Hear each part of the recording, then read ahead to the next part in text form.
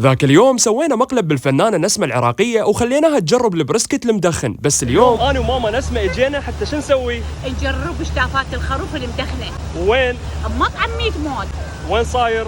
بمول الجادرية عيوني. يلا تعالوا يعني. ماما نسمة كل ما تقول لي جوعانة اجيبها لهذا المطعم ونجرب عندهم اكلة جديدة، بس شوفوا هالمرة شنو راح نجرب. هذا المطعم جدا راقي واختارينا هاي الطاولة المطلة على الشارع، نفس المكان اللي قعدنا بيه انا وليونة، ووكلتها لحم الخروف بالعسل، واكلنا بوقتها كتف الخروف المدخن ولحمة الذايب وكلش عجبنا، فحبيت اعزم الفنانة نسمة على نفس الوجبة وطلبنا كتف خروف كامل، كل المقبلات والصوصات واطباق الرز تنزل وياه مجانا. بدعت عليكم، منو ما يحب اللحم؟ وخصوصا احنا العراقيين، بعد عيني ليش يسحونا اسود الرافدين؟ هالقد ما نحب اللحوم، ويا لحوم اهلنا الاصليه، لحم الخروف ويا خروف، خصوصا لحم الكتاف شنو على قولة اهلنا، لحم الاشتاف عيني، خصوصا يا شتاف المدخن من مطعم ميت مود.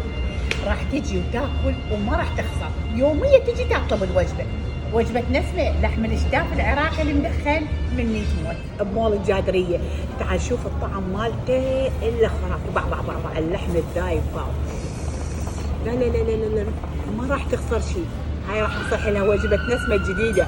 قعدنا ناكل انا وياها وكلش حبينا الكتف، واللي يزيد راح ناخذه سفري، هذا المطعم صاير بمول الجادرية لازم تجربوه.